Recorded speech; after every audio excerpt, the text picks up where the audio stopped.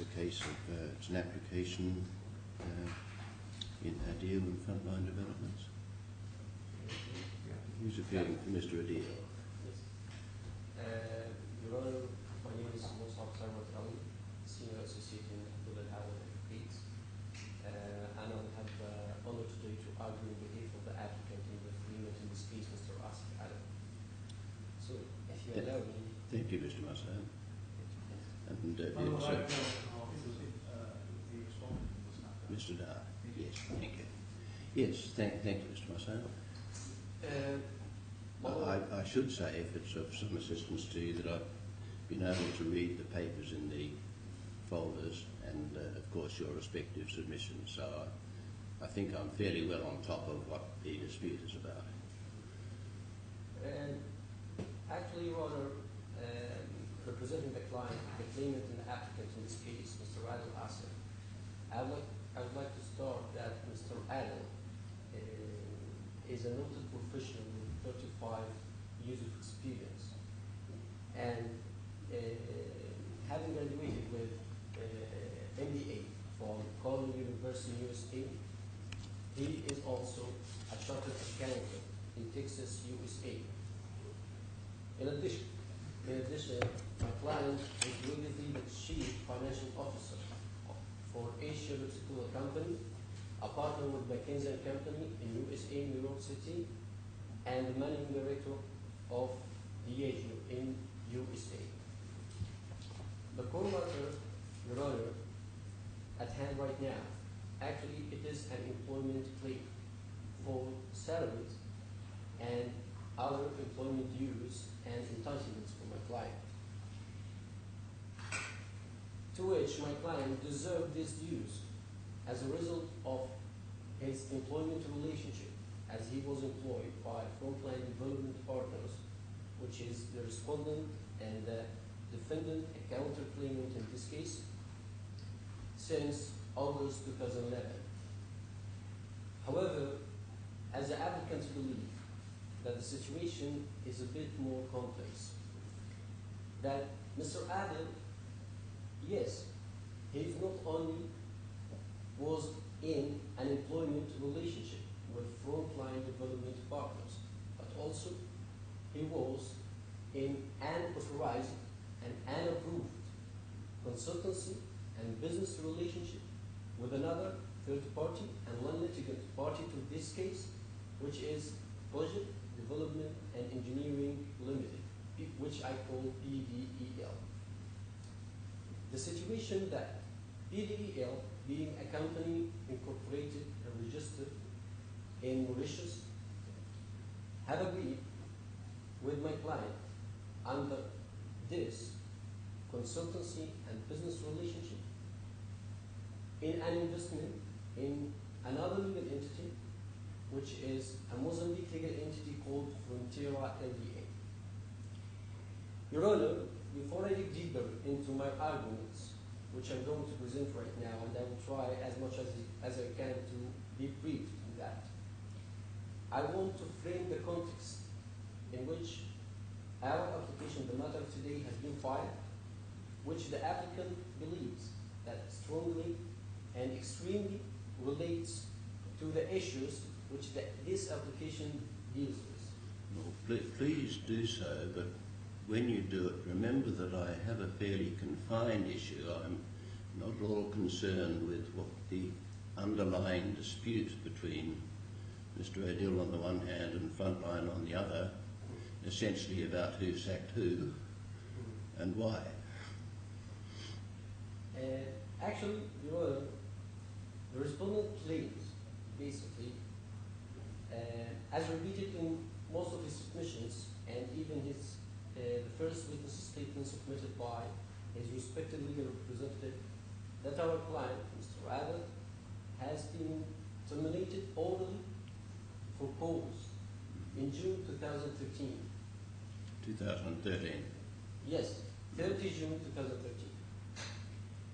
And it is our humble submissions right now, which we will save in details to declare and show at the appropriate time and the appropriate volume, that this never happened.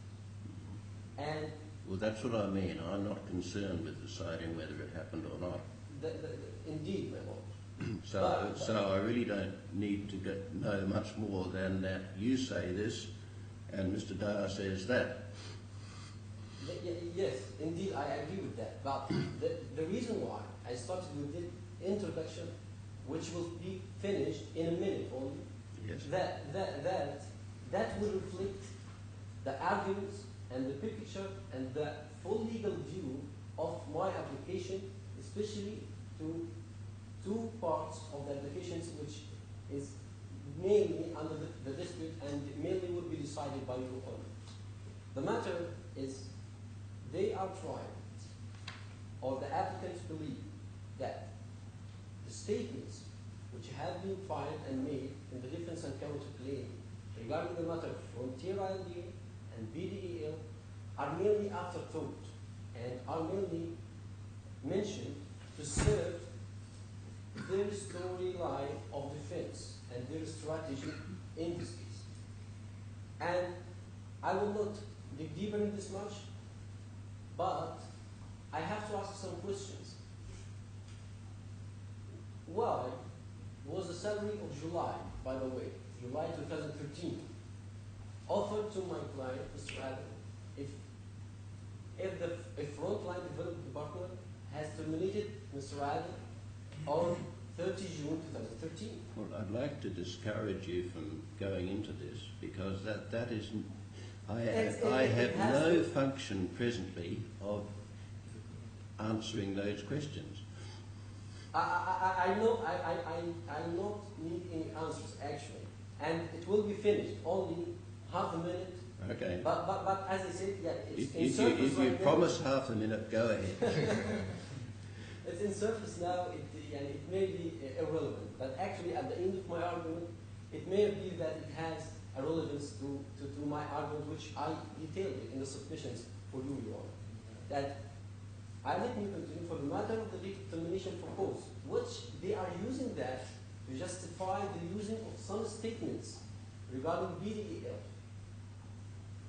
There is another question, which I need not any answer, of course, that why was an official certificate issued by the respondent stating that my client is a current employee for the respondent in September 2013? Why was the respondent paying tickets and buying tickets to my client for his employment issues in November 2013? It's enough for that right now. And Your Honor, actually, thank you for your patience with that introduction, which may be in surface right now appear that it is irrelevant. But actually we believe that it has a relevance in a way or another.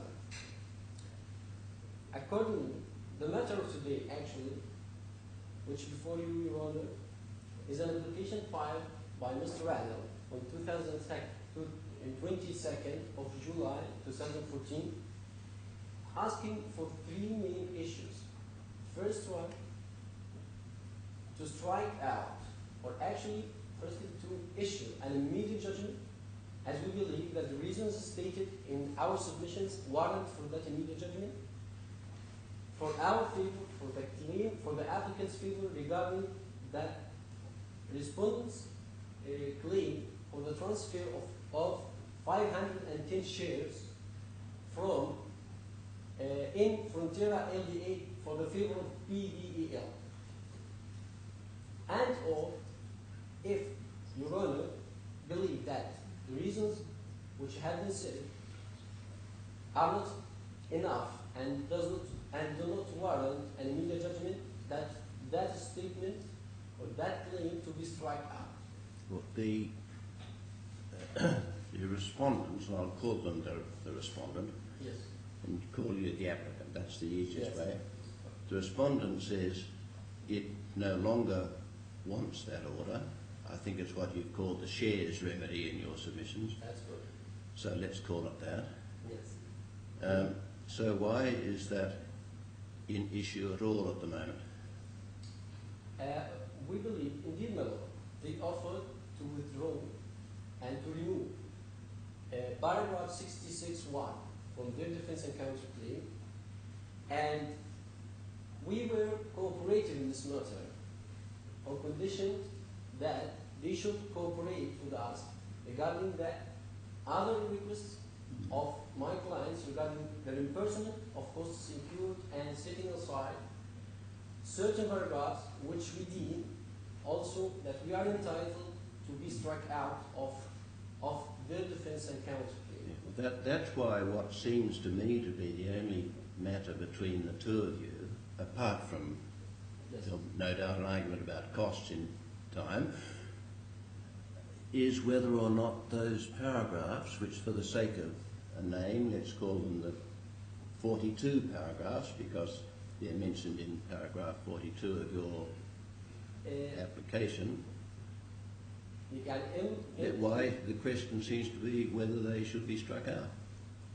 This is a central question of this application, of course, but there is a matter. Is there any other question? Yes, I think. What's the other one? The other one that did the applicant impede the respondent to withdraw their claim, the transfer remedy, which we call it like that, was the applicant, was the respondent authorized to withdraw that part of the counterclaim by their own initiative, or at least by permission from you, without any intervention or agreement, without any intervention or agreement from the applicant?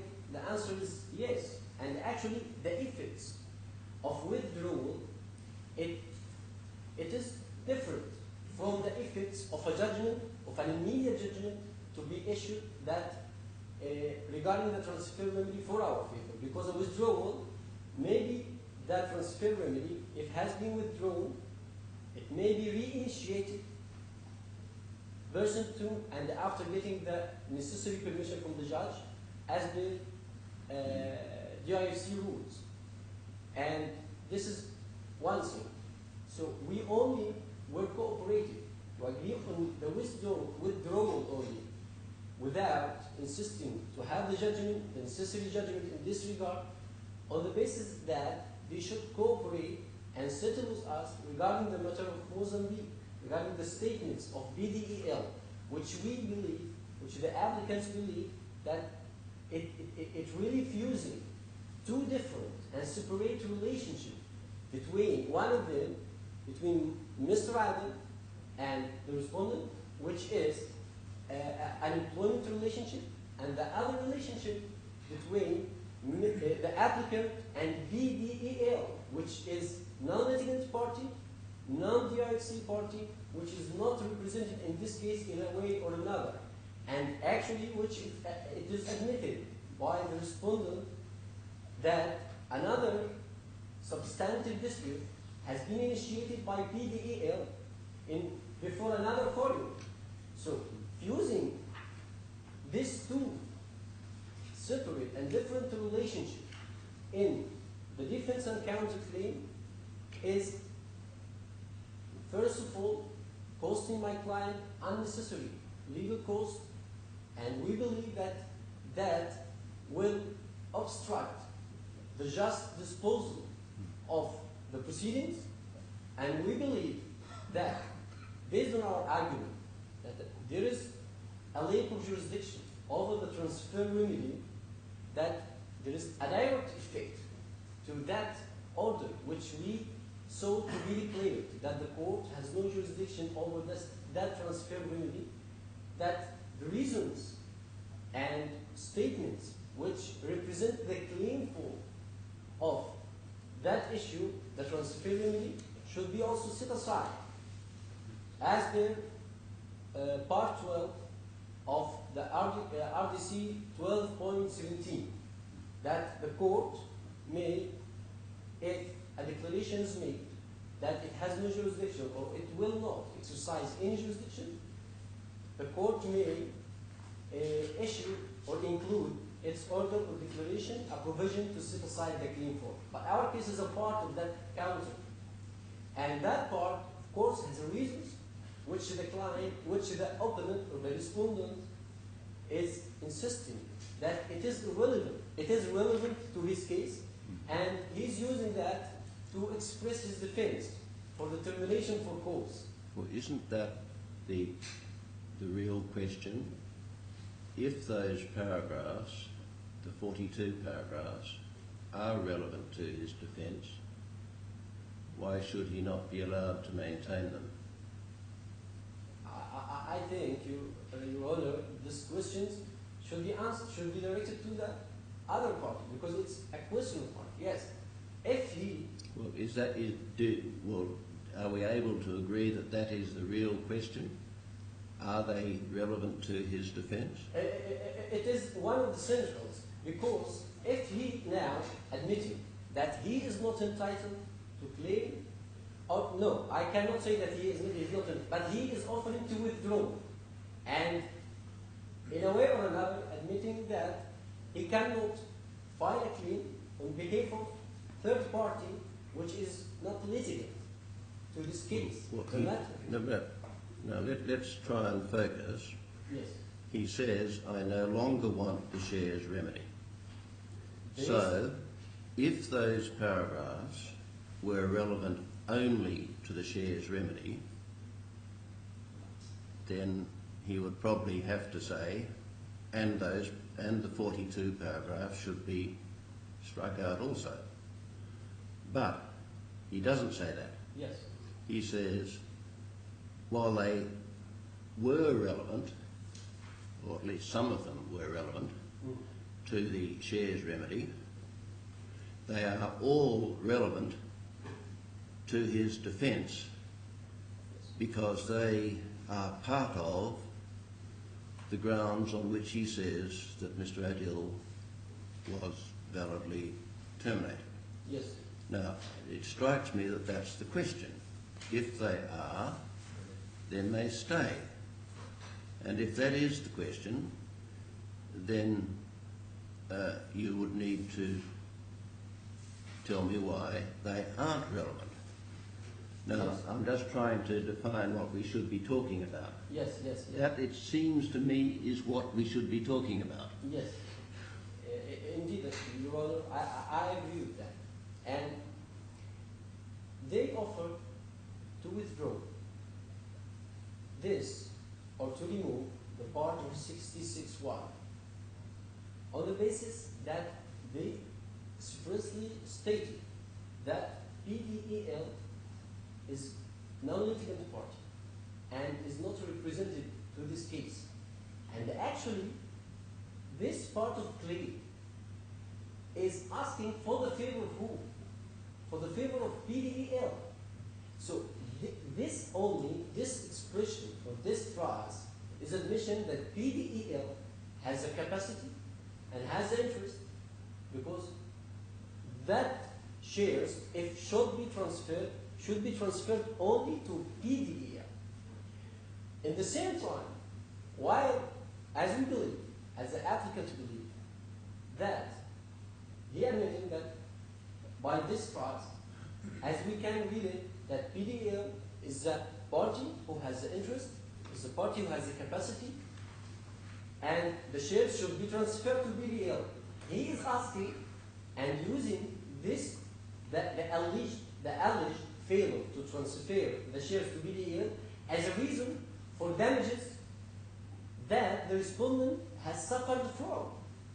If the respondent is not entitled for the shares, how he depend that the alleged failure to transfer that share has caused him damages? He's not a party.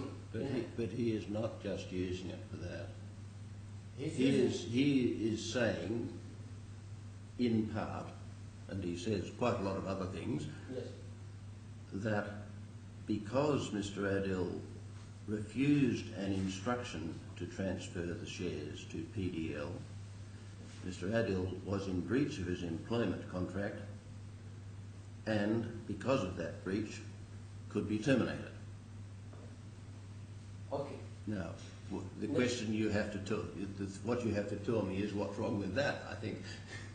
I didn't get what's wrong with that about what? What's wrong with that, yes. That's what you've got to answer. The direction, that you mean the direction from from the respondents to my Yes. client, as he said, to transfer the shares to PDEL. Now that's one thing he says. That's My one thing. point is that he is not simply saying,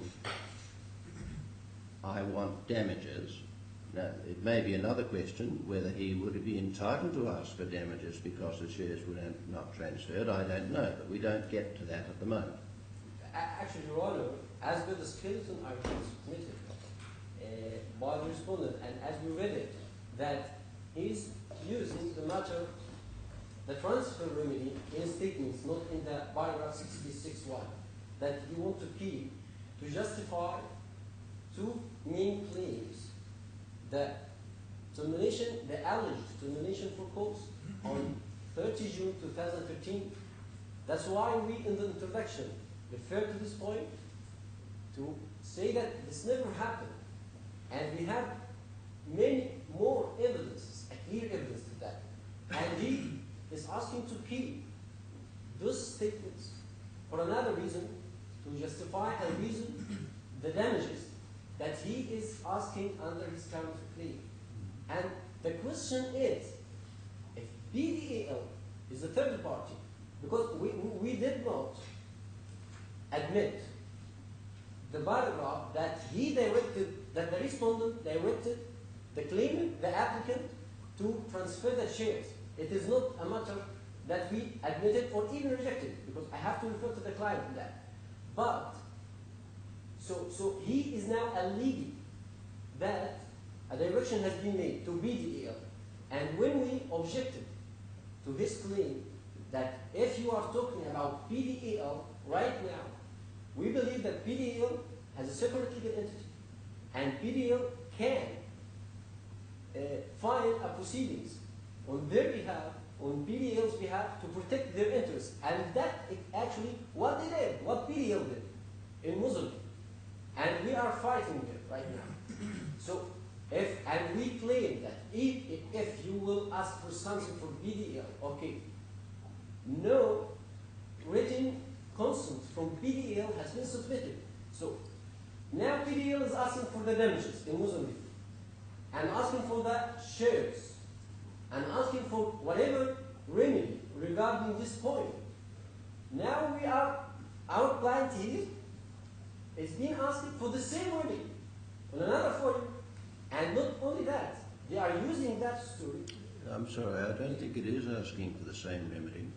At least I don't know the detail of the Mozambique proceedings, but it strikes me that PDEL can say, I want damages representing the money PDEL have lost because the shares were not transferred, whereas Frontline can also say, I want damages representing the money which Frontline, have lost because the shares weren't transferred to PDEL. Now, what those two losses might be is another matter, but they will be separate losses. So if they are talking about the same money, that now the respondent is stating that he funded, in a way or another, some money for that shares, and we totally reject that, because whatever my client took from Frontline, from the respondent, is only his employment dues as per the employment contract. That's it. But, and for your question about the details of the claim file from BDEL in Mozambique, that the statement of that claim has been attached to the bundle, and I think tab 3 and tab 4, yes. And an English translation has been attached later. Yes. Now, Mr. Mossad, I think we really need to concentrate. Yes. I think a little while ago you agreed, and if I may say so quite rightly, that the question is whether the 42 paragraphs, what I call the 42 paragraphs, Yes. are relevant quite apart from as a basis for the shares remedy. Yes. And what if that's the question, then you have to address me on why they are not. My Lord, Your Honor, let me, for the matter of sitting aside, let us call it now a sitting aside request. We have claimed that some certain paragraphs should be set aside and or struck out based on what exactly? Based on what? The first thing that, as you say, that I think we have in that 4 levels of arguments. The first argument that we are now talking about a declaration, basically, at the beginning. A declaration that the court has no jurisdiction over the transfer remedy. So, as a direct effect, we are claiming, the Honorable Court, by claiming, Your Honor, that the claim for, or the statements which represent the reasoning for that part should be set aside as per RDC 12.7. This is the first argument of that. The second argument, that paragraphs should be struck out and should be set aside as the applicant believe obstruct the just disposal of the proceedings. Why? Why we believe that? We believe that because, first of all, that statements have been made regarding a third party, which is not a litigant to this proceedings, which is not represented in this proceedings, and accordingly, in a way or another, affect that third party, affect another proceedings before another forum. This is the first thing. The second thing, that we believe that statements will incur the applicant unnecessary legal costs. The fourth. I'm sorry. Would you just give me a moment? I'm making a note of what you just said. Yes. But I didn't hear the last thing you said. So hang on. No, I'm sorry. You said, and secondly, tell me again what your secondly was, please. The secondly, that we are saying that these statements, the applicant will in no way leave it without a solid and sound reply. And at the same time, we believe that these statements are irrelevant to this proceedings and relevant to another proceeding, which are currently tried by another forum. That's why we are saying that it will incur the applicant unnecessary legal costs in this matter. So let me make sure of this. What you say, that leaving those paragraphs in, as your second point is, that leaving those paragraphs in will cause you to incur unnecessary costs because they are not relevant to these proceedings. Is that the submission? One of the reasons. One of the reasons why we are saying that those statements obstruct the just disposal and accordingly should be struck out under RDC 4.16. But hang on. If they are relevant to the proceedings, then any cost you incur will not be unnecessary. So I don't understand your second point. I will get to that. Because we are saying that the court has no jurisdiction over the transfer remedy, so whatever related statements, the court also should have no jurisdiction. And accordingly, we believe that. Well, that just doesn't follow.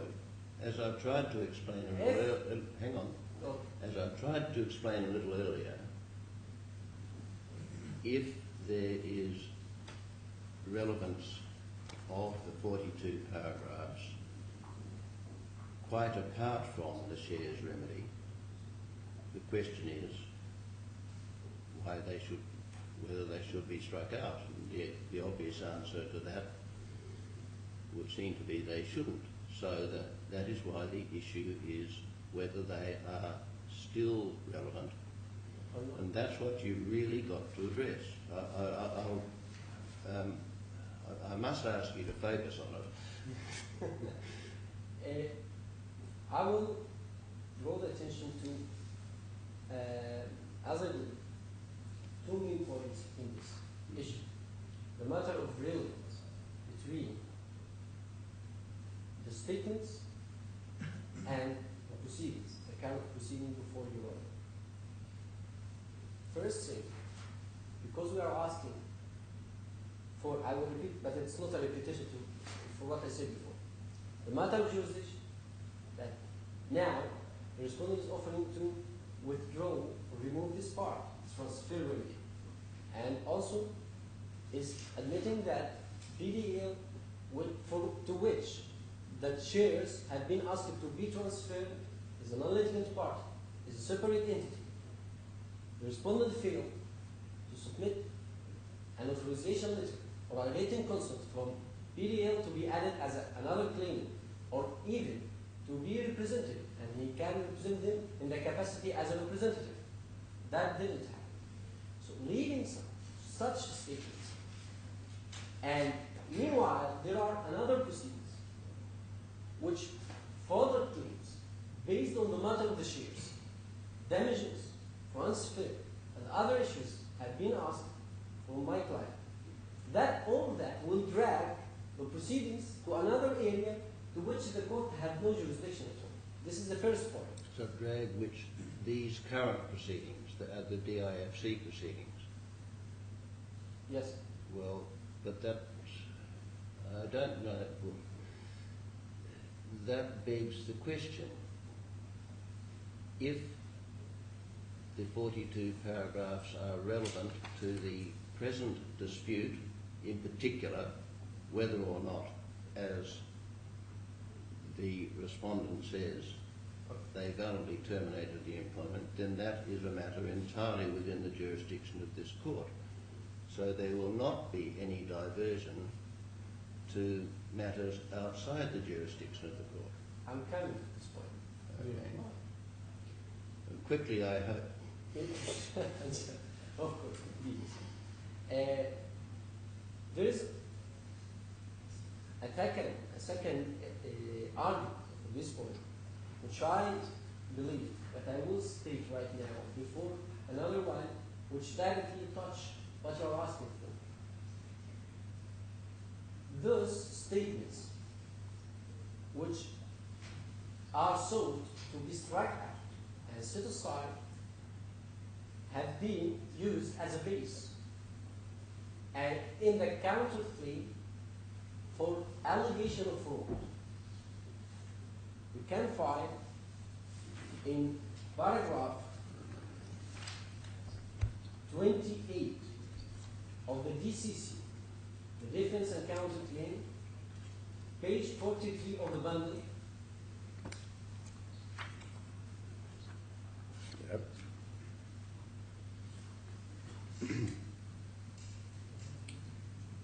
Which paragraph? Paragraph 28 of the Defense and Counterclaim. Yes.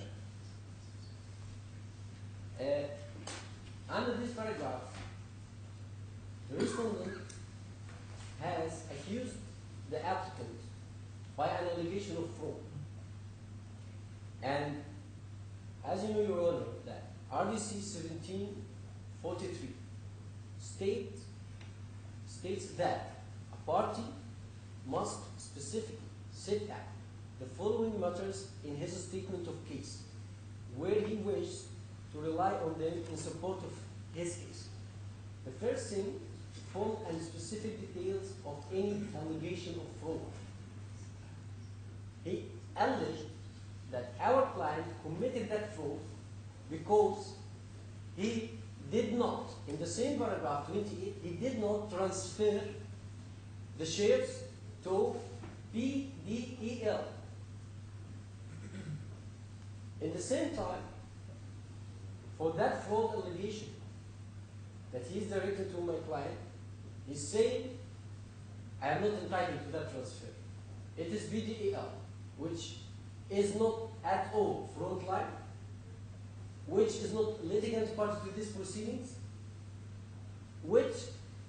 and he said that BDL has already initiated a proceedings in Mozambique, to which my client, the applicant now, is defending himself. So we believe that the respondent did not submit the necessary justification and reasoning and details and matters of that fraud allegation, because in the same time, while he is directing that allegation to the applicant, he is saying that the shares should be transferred to BDL. What is the relation now between BDL and Frontline Development Partner? What is the relationship? He should submit something. He has no capacity, no interest for that shares. And that shares of the whole matter of Frontera LDA depends on a consultancy agreement concluded between my client, Mr. Adam, and BDEL in separate agreement. Apart from the employment relationship, has no relation to that. So we believe that that allegation fraud has been made in contravention to RDC 17.43, and accordingly that those statements, which of course, as we see and as we believe, constitute the base and the evidence in the defense and counterclaim for the allegation of fraud, accordingly, for the failure to comply with RDC 1743, it should be struck out. This is one thing. The matter of relevance, Your Honor, that I know it is one of the most central questions to decide on the matter of setting aside request. I will say something in this regard, that the respondent in the defense and counterclaim and in the skeleton argument and in his submissions at all, he said that the fiduciary, he is claiming that for damages arising out for the failure to comply with a fiduciary obligation. And to this matter, we say that the fiduciary is under Article 160 of the laws of obligation, is liable to pay damages to his principal in respect of any loss suffered by the principal. This is all relating to employment relationship. The matter of transfer of shares, it's an investment relationship. Has no relationship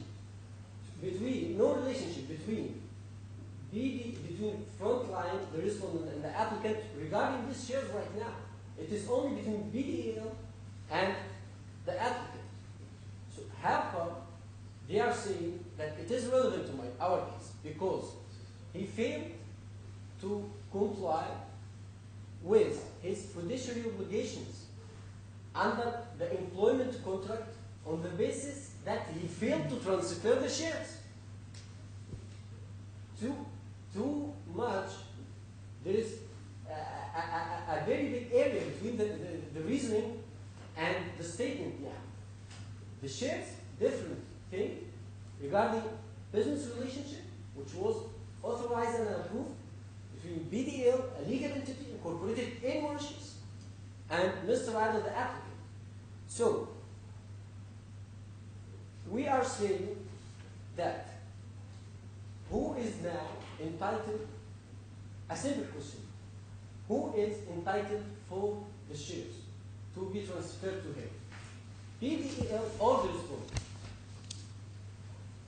He already asked in his counterclaim that these shares to be transferred to BDL. So, if BDL is entitled for that shares, how come he's saying that under his fiduciary obligation, he was obliged to transfer these shares to BDL? And accordingly, I'm calling for damages. I'm asking for damages. While BDL is asking for the same damage right now. So, we believe, Your Honor, that those statements are basically irrelevant to the employment proceedings at all. And they are using, and that statement are used now to fuse and mix two separate and different relationships. The matter which at end will lead to obstruct just disposal.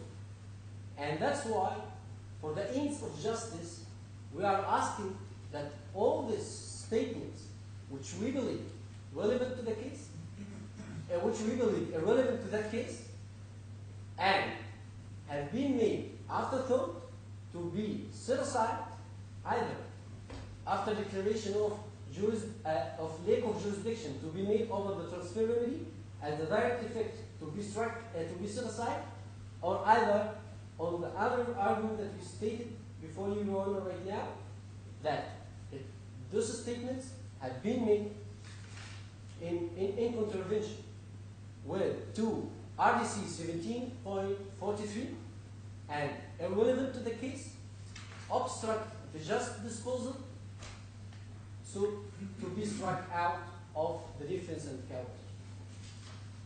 This is actually, I didn't submit my argument in details regarding the jurisdictional objection and the matter of BDEL, but and the matter that they don't have the capacity and interest, so an immediate judgment should be passed. But I think it is clear in this proceedings because he is admitting that BDEL that has all gone by the by when they said they no longer pressed it.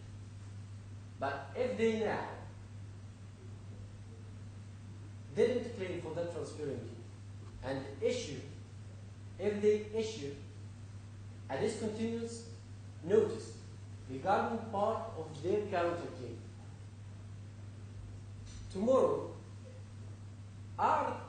is the respondent entitled to reinitiate another claim for the transfer remedy?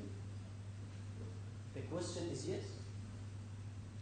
The question is yes, but with the condition that they should have the judge and the court's permission to that. But if an immediate judgment has been made that the reasons stated in our submissions warrant for immediate judgment on the matter of transfer remedy for the favor of the applicant, the situation will be different. This is one thing. The second thing, until now, an official discontinuance order has not been issued. Discontinuance notice has not been served from the respondent. What did impede the respondent to issue it till now? From the beginning, he can just withdraw it. We believe that he did not, because if he did that, the costs incurred by my client, the applicant, will be ordered for his fee. So he just offered a consent order and mentioned in it that we will withdraw this part of the proceedings, this part of our counterclaim, and there is no order on cost. This is one thing. That we believe that maybe I'm right, maybe not. But because they were authorized from the beginning to withdraw this part, to issue discontinuous notice for that. But they did not, and insisted on the draft of the consent order offer on the basis that there is no order on cost. And actually, we were very cooperative because we were in a position to accept that withdrawal.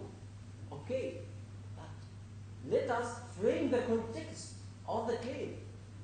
Now we are using the transfer remedy and relevant statement to it to fuse two different relationships.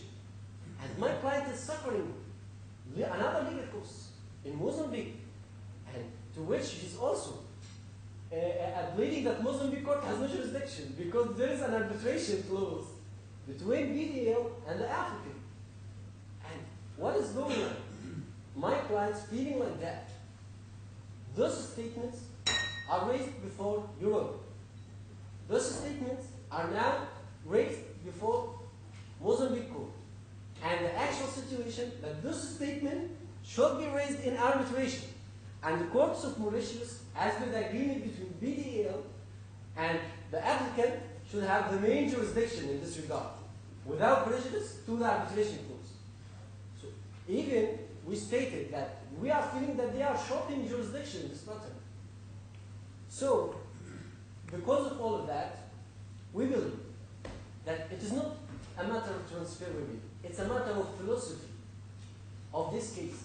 is a matter of context of this case.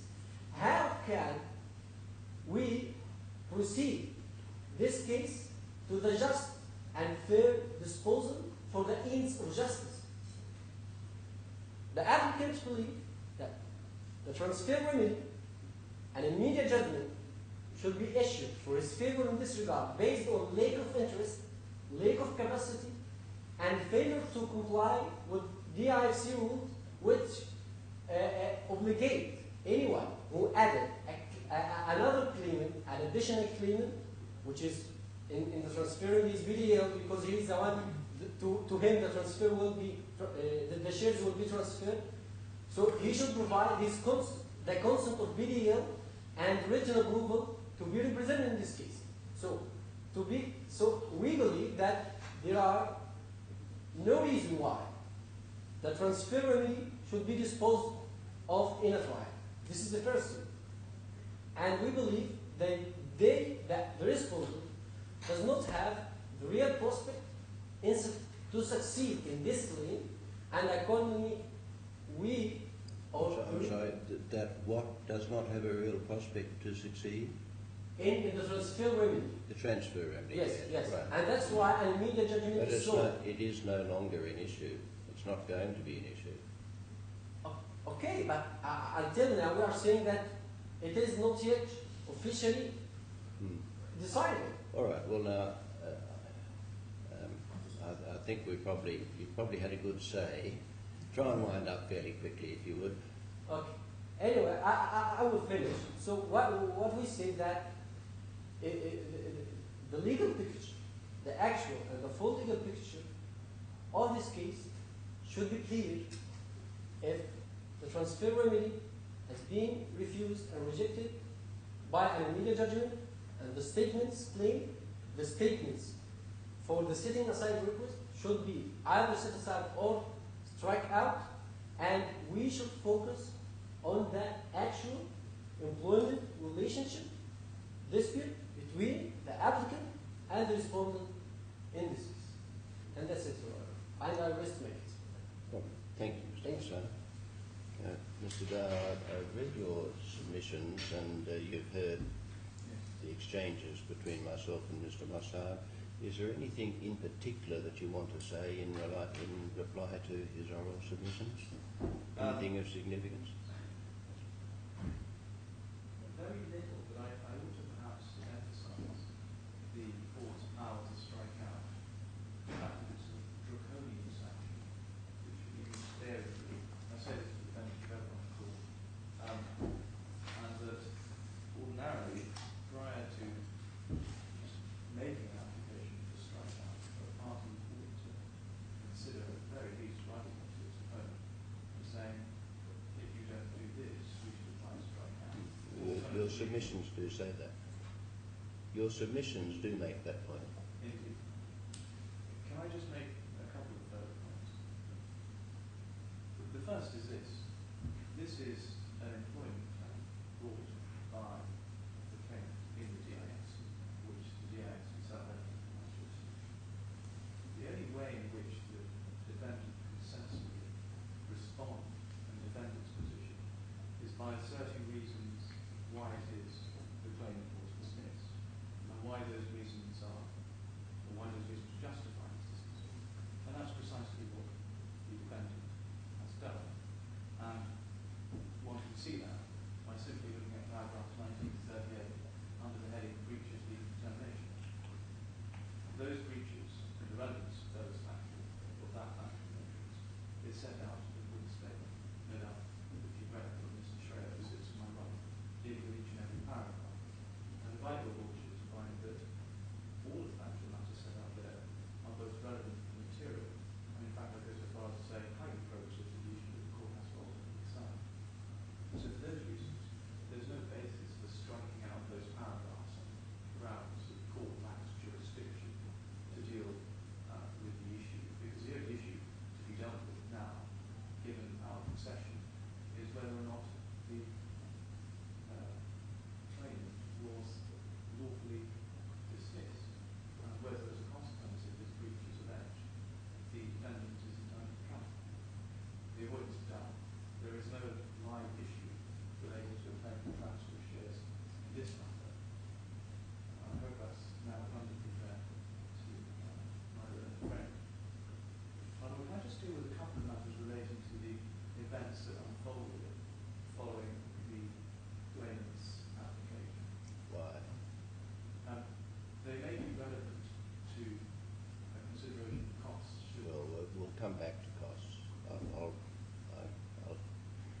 a decision should be given before costs, so you can then see what happens about costs in the light of it.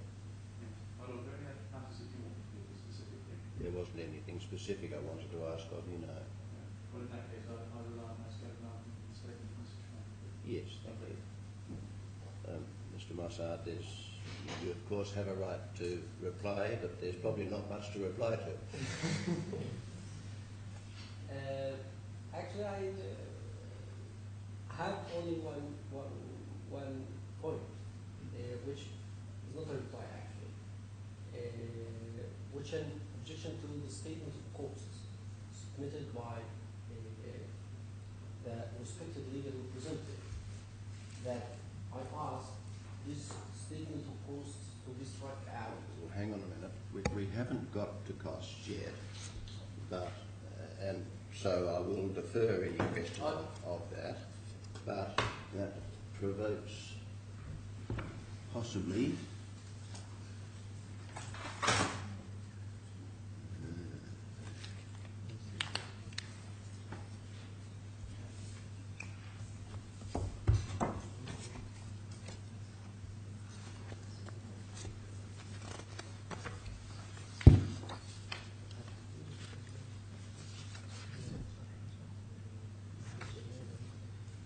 in fact, it provokes that the only statement of costs that I have is one from your side, and I don't have one from the other side. I haven't seen it. Actually, it has been served on us. Well, maybe so. I'm simply saying that I don't have it, but let us again defer that, and so far as necessary, if it is necessary, that can be rectified. All the final note, Your Honor, if you allow me, which will take only 2 minutes, that we again reconfirm that the justification using the statements which are sought to be satisfied as a justification for termination, for alleged termination for cause on June 2015, we confirm again and again that this never happened, and even we refer to a letter issued from Elton Human Company, which was a termination with immediate effect. That is the way that we read that letter. That letter was issued in April 2014. You do insist on trying to go into things with which I have no present concern. I just had to say this note as a reply to what he has said right now, the respected legal representative, and I rest on it. All right, thank you. Yes. I'm going to adjourn for 10 minutes, and then I think I'll be in a position to give judgment. And after I've done that, and in the light of what I've said, we'll see what has to happen about costs. All right? So be ready to give me the cost thing if it becomes relevant, Mr. Dar. Yes, sir. So I'll adjourn for 10 minutes.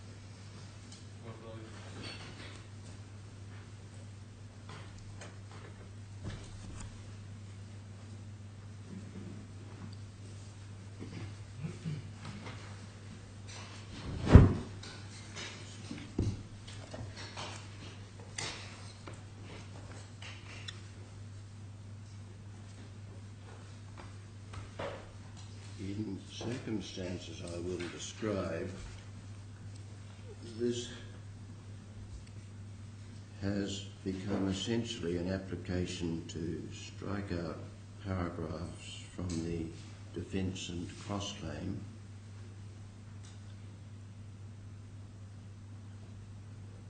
The claimant was employed as the managing director of the defendant from 1 September 2011 under a contract dated 20 August 2011. In his particulars of claim filed on 11 June 2014, he alleged that the defendant had failed to pay or provide his salary and other benefits from 1 July 2013, that he had resigned by giving 3 months' notice in accordance with the contract expiring on 3 March 2014, and that the defendant, quote, did not activate the resignation letter, end quote, and itself had terminated his employment on 27 April 2014. He claimed unpaid salary, damages compensating for failure to provide the other benefits, and other pecuniary relief, including payment in lieu of notice. The details of those claims do not presently matter. The defendant filed a defence and counterclaim on 8 July 2014, of which some detail is necessary. In the defence, the case, in summary, was that the defendant had validly terminated the claimant's employment without notice on 30 June 2013, in brackets, the stated year is 2014, but that is an obvious error. The defendant relied on a provision of the contract entitling it to do so if the claimant disobeyed a lawful direction, was guilty of other serious misconduct, behaved contrary to expectations of responsible behaviour, or breached any of a number of other provisions of the contract.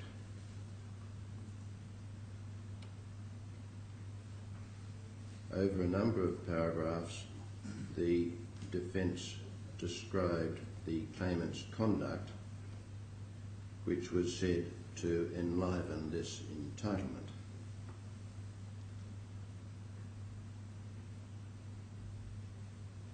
The conduct included, when the paragraphs last mentioned are read together with preceding paragraphs, and again in summary and with some adjustment to the wording and reordering, which I have done in order to, in the interests of enhanced coherence. The conduct was this. The claimant was entrusted with establishing a liquor project in Mozambique to be funded by a Mauritian subsidiary of the defendant, Project Development and Engineering Limited, in brackets PDEL.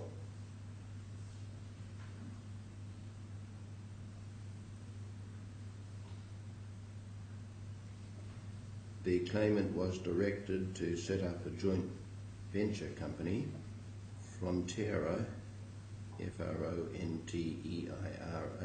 LDA. I hope I pronounce it correctly. What is the right pronunciation? I think it's Fronteira. Right. And in brackets, Fronteira,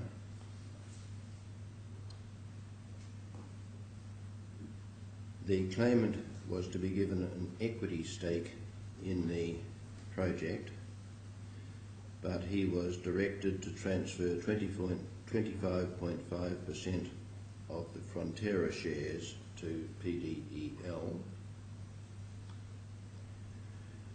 PDEL paid 600,000 United States dollars in funding, in part to the claimant.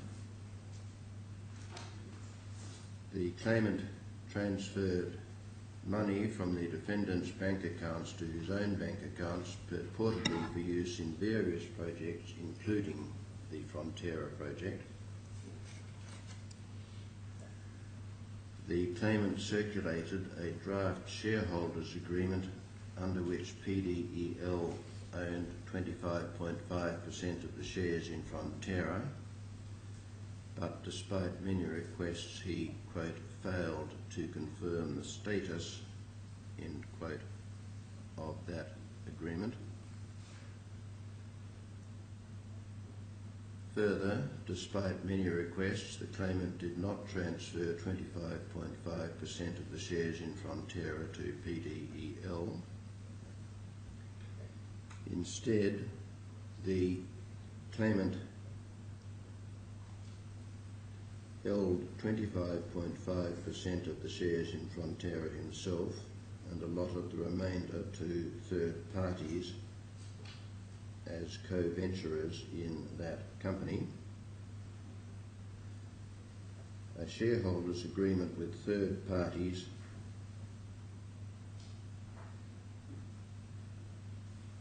asserted the claimant's ownership of intellectual property rights in Frontera.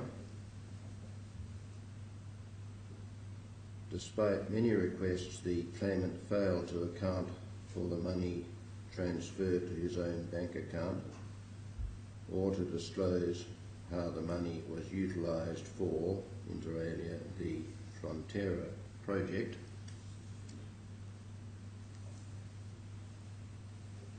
And finally, the claimant supplied services to Frontera through his own firm without disclosure to the defendant.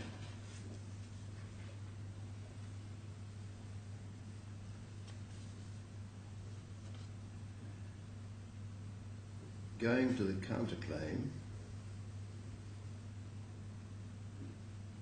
it included a global repetition of, quote, the various breaches set out in the preceding paragraphs, end quote, with specific reference to failure to transfer 25.5% of the shares in Frontera to PDEL,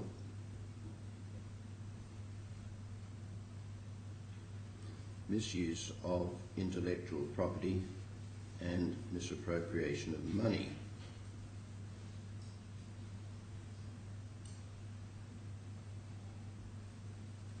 I will call the paragraphs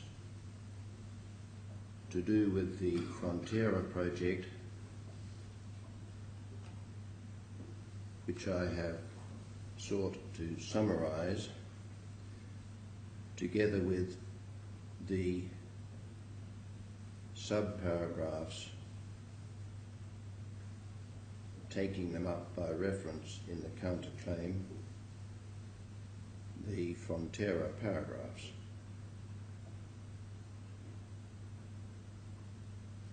In the counterclaim, the defendant claimed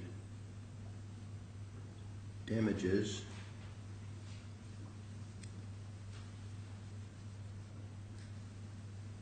of various kinds, including for breach of contract, restitution of money paid, and relief in relation to confidential information, intellectual property, and restraint of trade. It also claimed an order for the transfer of 510 shares in Frontera to PDEL.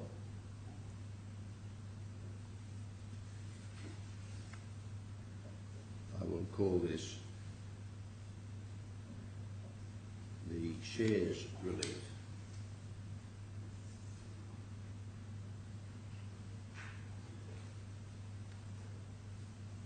On 22 July 2014, the claimant filed the application presently before me. He sought to strike out, or to have immediate judgment on, or to have the court declare it had no jurisdiction to determine, or to decline to exercise its jurisdiction to determine the claim to the shares relief. He sought also, in paragraph 42 of the application, to, quote, set aside all related statements in, end quote, the defence and counterclaim, specifically identifying paragraphs from which I have taken the earlier summary.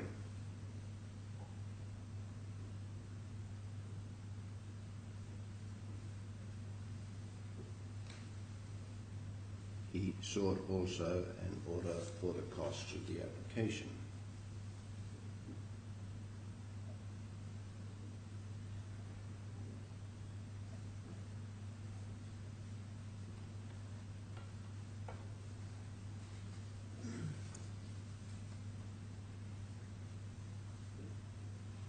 At the heart of the application was that PDEL was not a party to proceedings, and so it was contended the defendant had, quote, neither capacity nor interest, end quote, to obtain the shares relief.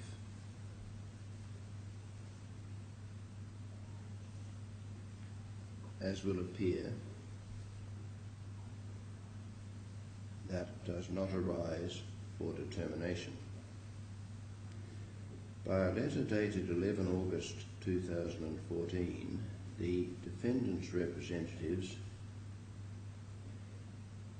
said that in order to avoid protracted proceedings and further costs, the defendant would no longer claim the shares relief. They provided a proposed amended defence and cross-claim in which that claim to relief was deleted. They said that the amendment would dispose of the application and invited the claimant to withdraw it, and supplied a form of consent order providing for amendment and withdrawal, vacation of the hearing date then fixed for the application, the filing of a reply and defence to counterclaim, and that there be no order as to costs.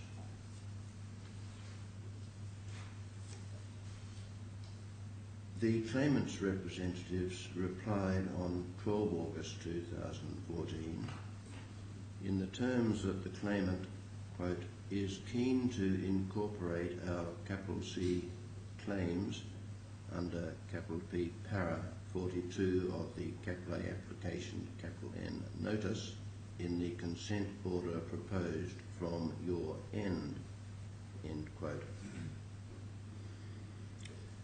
The defendant's representatives responded on the same day, declining to delete the Frontera paragraphs. Their explanation included that the facts in those paragraphs related directly to whether or not the defendant had cause to dismiss the claimant. They invited agreement to the consent order previously supplied. Letters exchanged in early September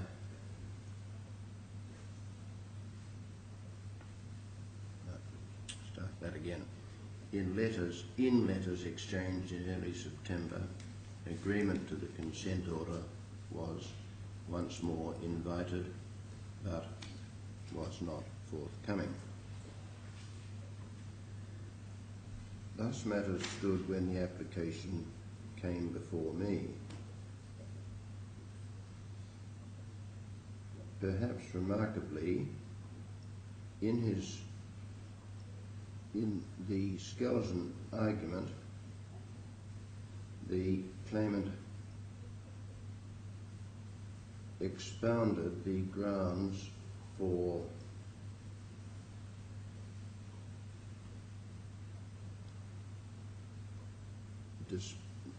disposing of the shares, the claim to shares relief,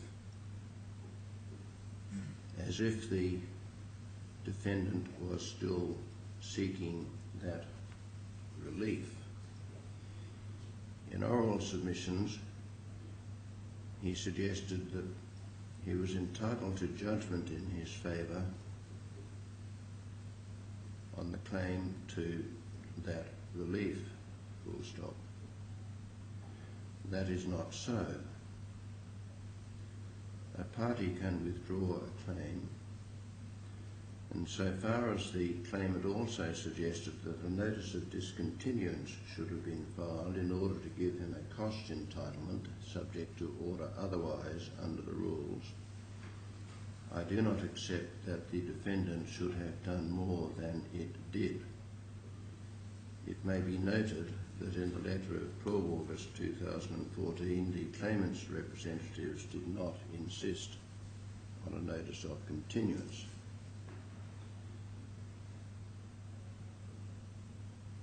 The defendant should have leave to file the amended defence and cross-claim, subject only to whether the Frontera paragraphs should remain.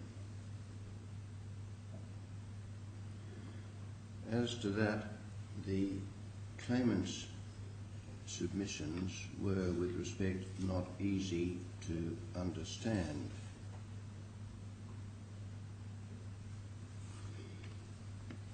In the skeleton arguments,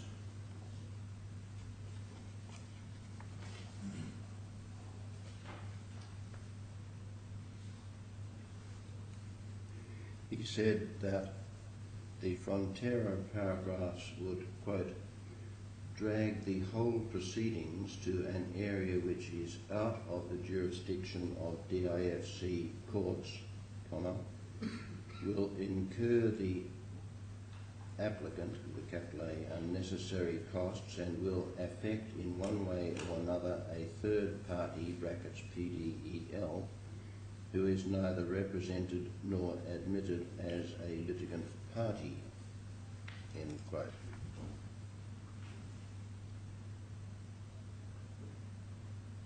He said, and this should be a long, fairly long separate quote,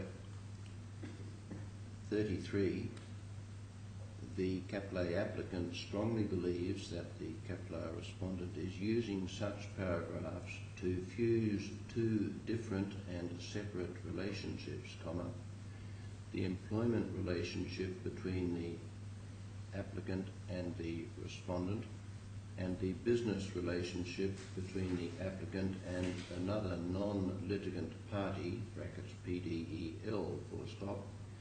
Such behaviour is used by the respondent, comma, as the applicant believes, comma, to defend the respondent's failure to attend to its contractual obligations under the employment relationship between the two litigant parties, and to juxtapose the respondent's contractual breach by other irrelevant facts and disputes which are not within the jurisdiction of the DIFC courts and represent the substance of another dispute to be tried by other forums to hear such dispute, end quote. Submissions to like effect were made orally,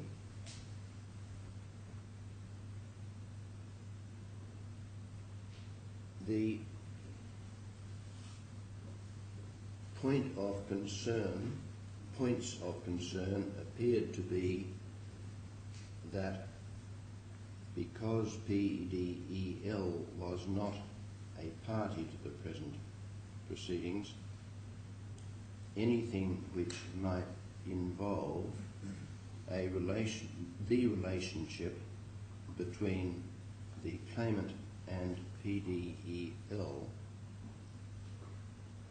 which was characterised as, which was said to be something separate from the employment relationship between the claimant and the defendant, was out of contention.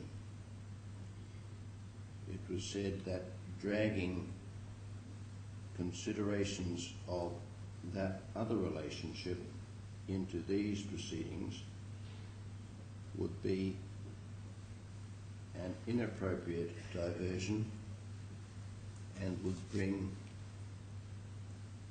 unnecessary costs. And indeed, it was said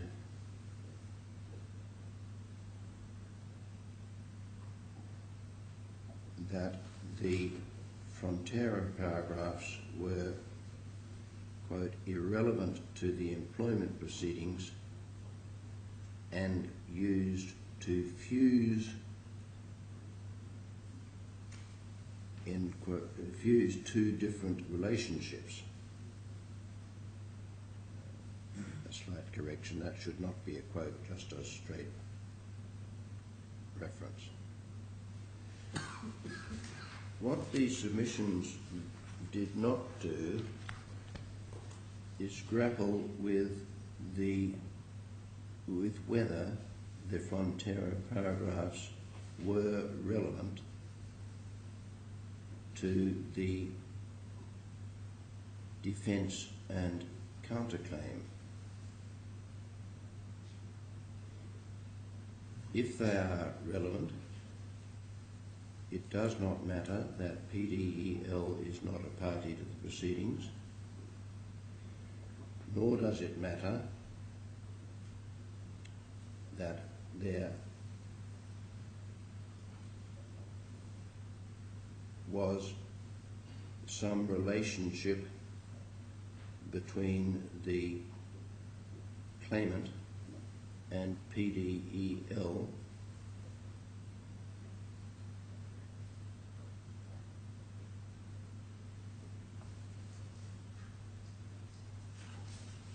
distinct from the employment relationship. The latter relationship, the former relationship indeed could be, and to an extent was, part of the complaint as to the claimant's conduct.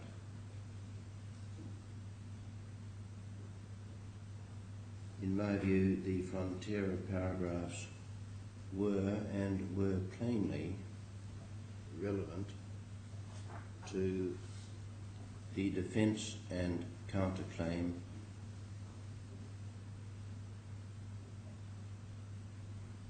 when the claim to the shares relief was although the claim to the shares relief is no longer maintained in the counterclaim,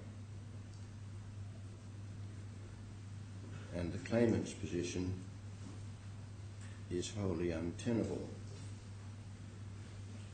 The Frontera paragraphs express in part the defendant's case for valid termination of the claimant's employment, which, if made out, will be a complete answer to the claimant's claims. They also provide, if established as breaches of contractual or other duty, grounds for damages on the counterclaim. Abandonment of the claim to the shares relief does not affect this. There is no want of jurisdiction.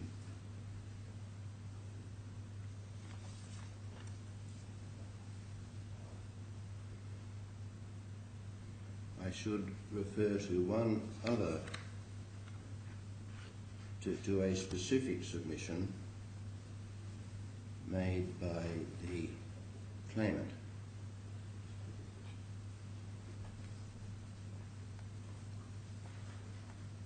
Paragraph 28 of the defence, which is one of the Frontera paragraphs, asserts the transfer of 25.5% of the shares in Frontera to the claimant and the allotting of the remainder to third parties, and includes, quote, the said conduct is tantamount to fraud, end quote.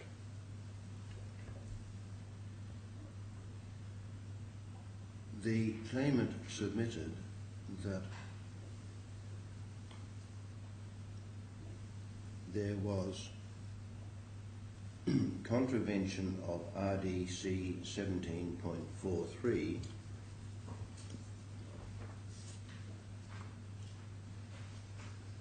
which requires that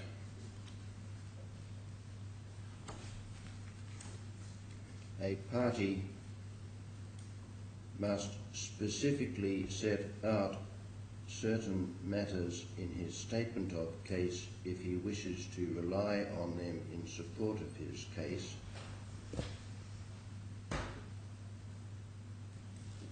the matters including full and specific details of any allegation of fraud. Although it was not put in this way, perhaps there was an invitation to strike out paragraph 28 and maybe associated paragraphs concerned with whether the shares should have been transferred to Frontera on the ground that there was that an allegation of fraud was made but not particularised.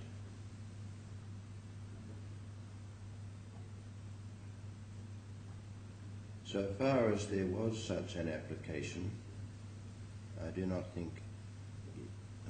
accept it. RDC 17.43 is principally concerned with where there is a cause of action in fraud, but to the extent to which it goes further, the defence does particularise what is said to be tantamount to fraud.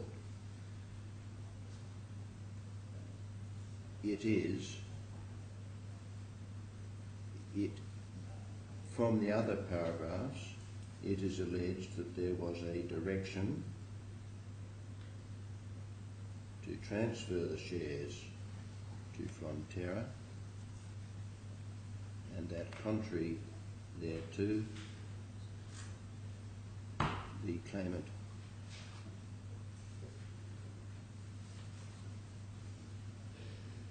took that shareholding for himself,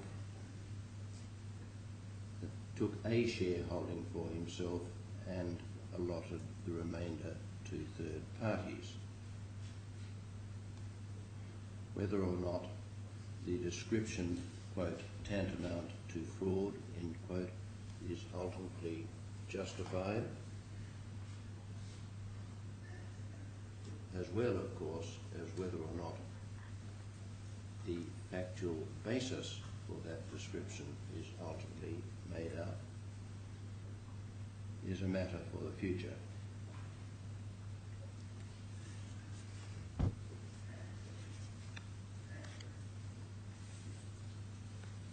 It follows that the rump of the application fails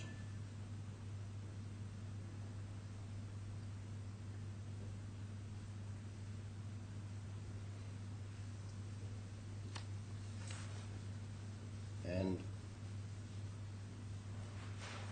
I will now hear the parties on costs. Well, gentlemen, you see I hope at least that I have explained my reasons. I'll take Mr. Mossad first. What do you say I should do about costs and why, Mr. Mossad? First of all, I will say, of course, that the application has been made originally. I'm sorry, would you mind speaking up a little? Yes. The application has been made and filed by our client as a reply to a request and a claim, which we call the transfer remedy. And after that, it has been offered to withdraw. However, that application was not to be made unless that transfer remedy has been, as we believe,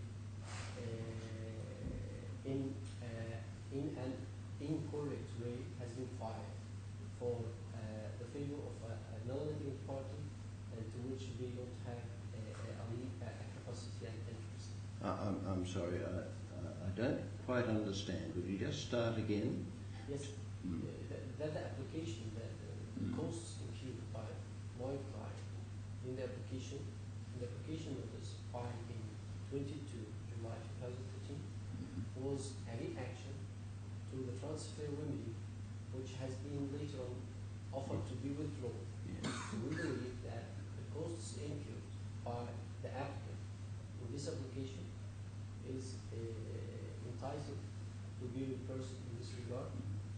And well, you can certainly say that you have a claim to some costs up until the time that the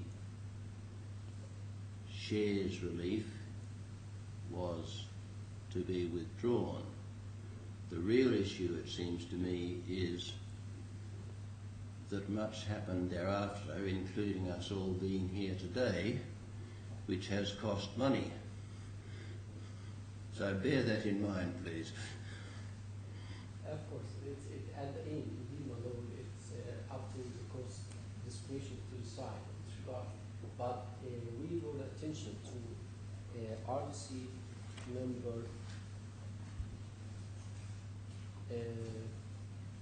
38, that 38.16, that a rejection of settlement does not,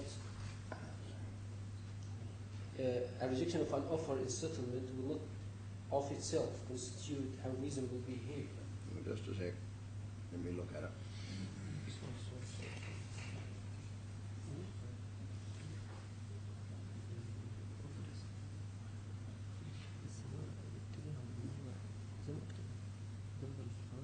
Tell me again the rule. I think I'm looking at the wrong one. 38.16. Well, 16. Thank you. I was.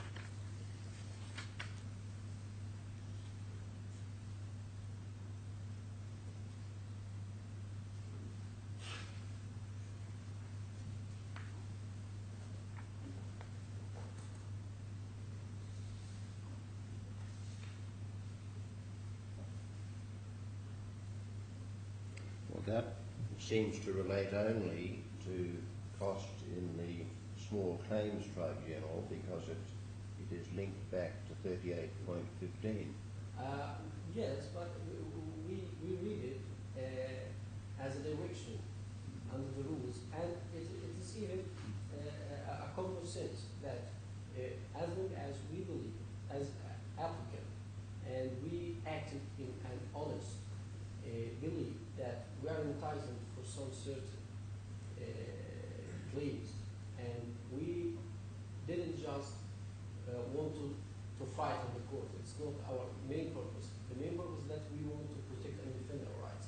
Whatever the decision of the court on this application and on this request. So we claim that our client to be reimbursed against the cost secured in this application, especially that article also of the costs, article for discontinuance. Well, half a minute ago.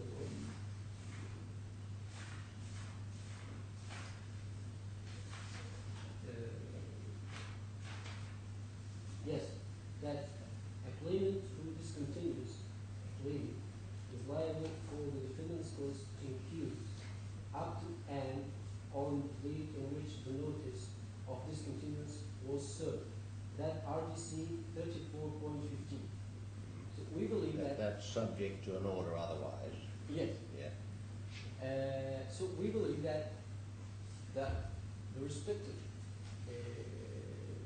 and that the respondent was entitled to issue a discontinuous notice based on this rule regarding the part of the transfer remedy, and he did not officially do that. What I think you need to deal with is that after he said, I won't press for the shares relief, Yes. your side said, we want the further relief of on our application of striking out the Frontera paragraphs, and you insisted on that until half an hour ago and lost.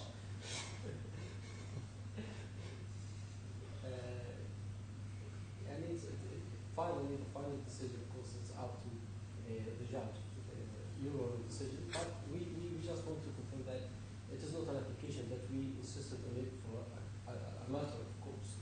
We believe whatever the decision of your was, but we believe that it was our right to insist on what we insisted on. So this is our application. When we rejected that settlement, it was based on an honest belief that we have to strike on that application in order to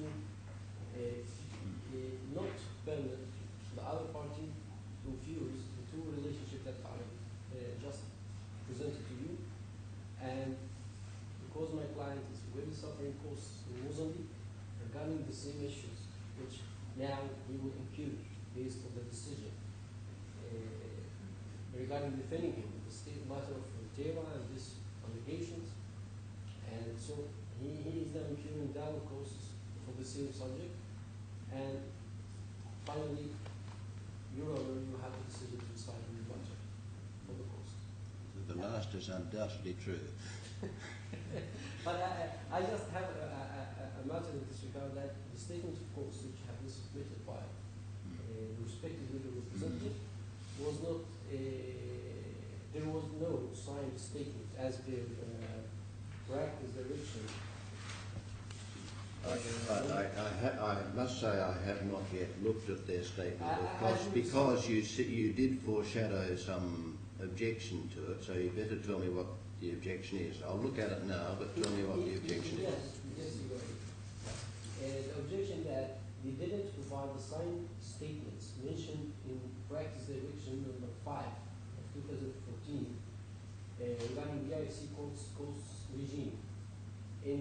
As the clause number 7 of this practice direction, any cost summary or bill of cost must include a statement signed by a registered practitioner that the bill accurately reflects the amount which the client is liable to pay, and that there are no arrangements in place which will reduce the amount due and payable by the client dependent on the outcome of costs assessment.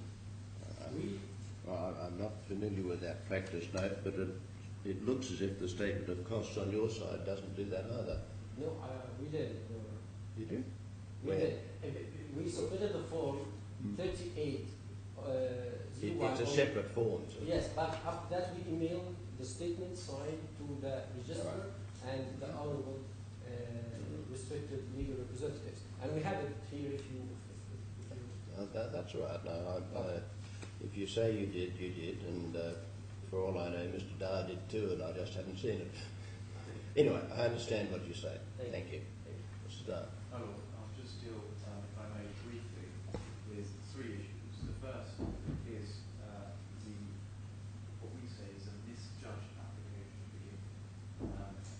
I think it's fair to say that the judgment that you've given in court has substantiated what we've said already. Skeleton argument that the continued prosecution of this application has been misjudged. Yeah.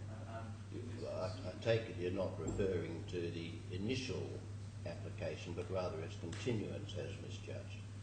Well, we say in respect of the initial. But I'm certainly not going to be deciding whether or not the first part of the application would have been upheld or not upheld, just for the question of cost.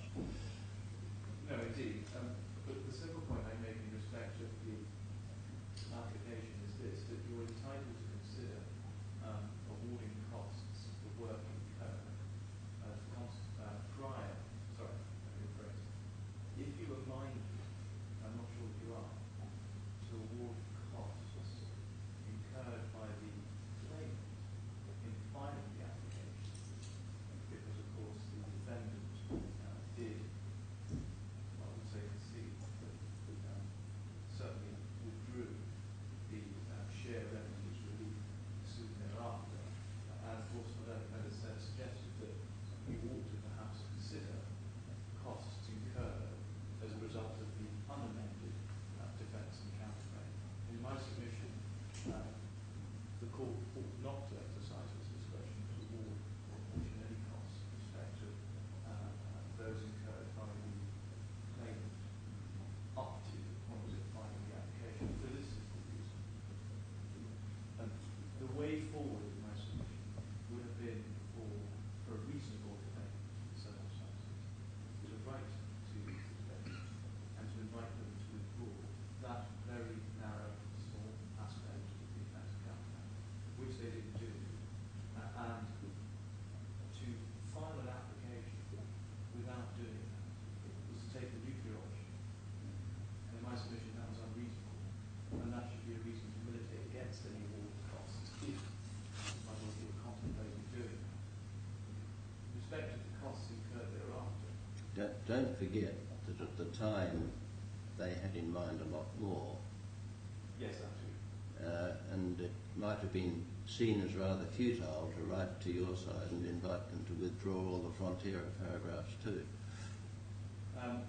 Indeed, I mean, futile because they misjudged the relevance of materiality. No, futile because they couldn't expect you would agree. Indeed. The position thereafter, from the 11th of August onwards, is that the defendant made every effort possible to bring the so-called flaw in the argument to the claimant's attention in a series of 3 letters. The claimant, if I can put it this way, simply put their head in the sand on this one. They either deliberately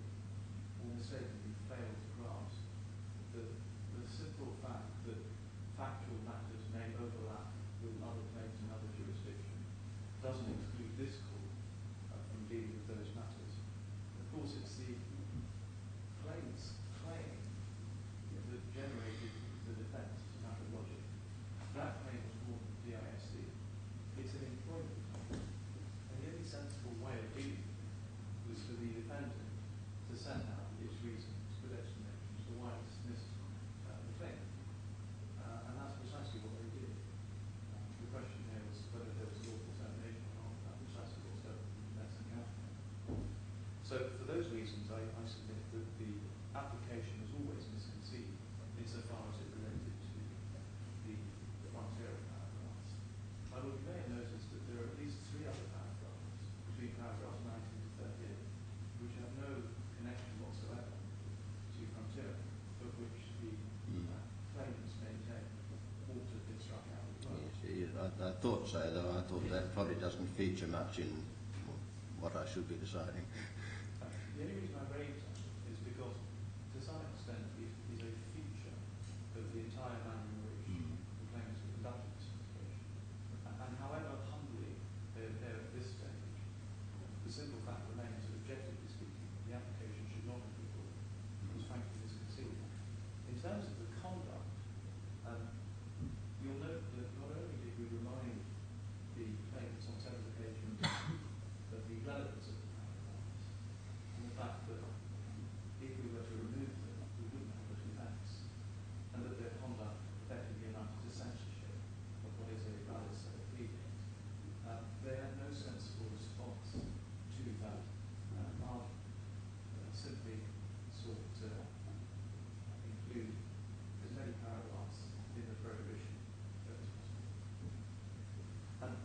My lord, you have called you have said that, or described paragraphs as being plainly relevant to the defence and counterclaim, and you have said that the claimant's position is wholly untenable. That if the paragraphs properly form, if the paragraphs were a complete answer, obviously not judging in fact analysis, but if they were taken at the highest, were a complete answer to the claim, and that they established grounds for damages on the counterclaim. That there was no want of jurisdiction following the deletion or removal of paragraph 66(9). So, for all those reasons, we say that costs of the application in any event ought to be awarded in favour of the defendant, and that the conduct of the claimants has been unreasonable, and the application untenable. My learned friend hasn't suggested that the costs that we have itemised in the statement of costs is disproportionate or otherwise. So I won't deal with that at this stage unless the matter is raised. Can I invite the court, I should say so at the outset, to give an immediate judgment on costs? Yes, I propose to do so. And we would invite the court in the circumstances. I propose to indicate how I intend to order the costs to be paid. Yes. Yes. Anything else? My lord, were there any, I understand from my learned friend's submission, and have I understood this correctly, that what he's inviting you to do is to make an award of costs, the costs incurred by the claimant in making the application, obviously prior to the event defence and counterclaim. And if that is the case, I would urge you, looking at the entire circumstances of the case, and my submissions, not to take that course. I understand, thank you. Mr. Mossad, anything in reply? I think we're fine. Your Honour, and he just presented the costs. Yes, thank you. Just give me a moment, please.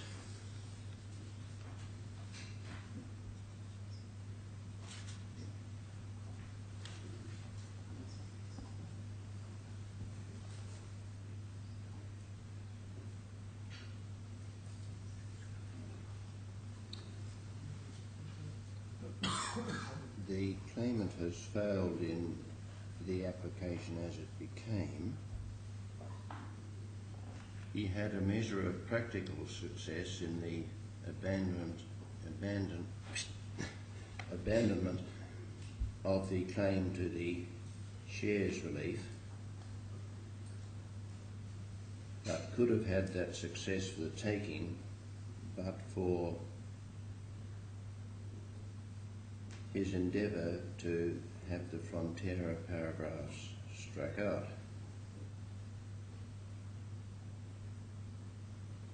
In recording no order as to costs,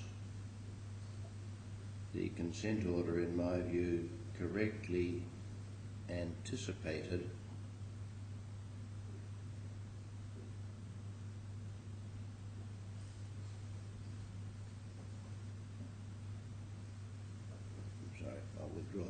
correctly reflected that the application had the two limbs relating first to the shares relief and secondly to the Frontera paragraphs,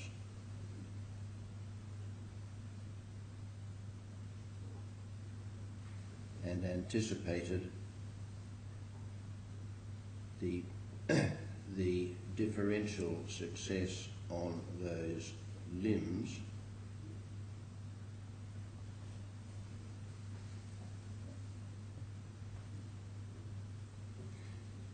in my view that the claimant could not succeed in having the Frontera paragraph struck out was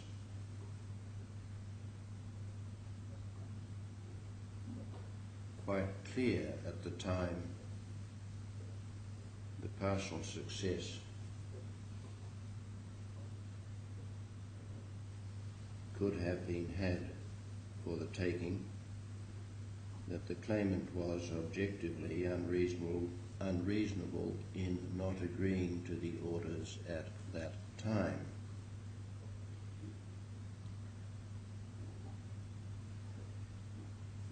Since then, of course, the claimant has failed on the rump of the application. In those circumstances, in my view, the appropriate disposal of costs is that there should be no order as to the costs of the application up to and including 11 August 2014, and the claimant should pay the respondent's costs thereafter. Now, gentlemen, what that means is that I don't think that from the statement of costs that I've been given I can make an order for a money sum. It's unfortunate, but I think I will just have to leave that to be perhaps agreed. I suspect in the circumstances agreement may not be likely, but anyway, one can hope, and if not agreed, determined in the usual way. And that means that I don't have to trouble with the suggestion that the statement as to costs for some reason lacks force because the practice note was not complied with. All right. I just take reconstruction. Certainly. Okay.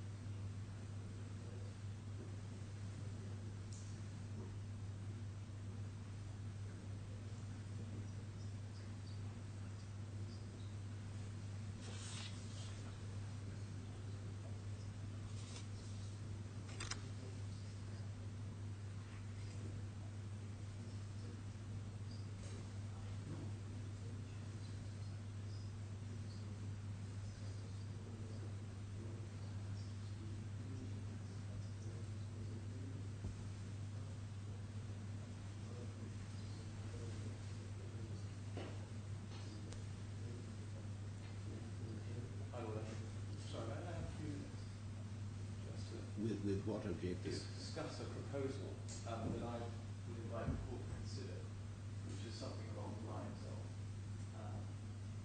given that I think over 95% of our costs were incurred on the date of the actual documents rather than before, that in the interest of expediency, we would be prepared to take a proportion of our costs. I think I'll leave it to see if you can reach some agreement outside the court. There may be some other way of bringing me back into the Act later on, though I will not be here from tomorrow. Yes. But no, I think it just gets too messy to try and adjust things now. So, Yeah. Gentlemen, it seems to me that the following orders are the ones that would be appropriate. Make a note of them, listen to them, and see if you want to suggest any adjustments, deletions or whatever. 1.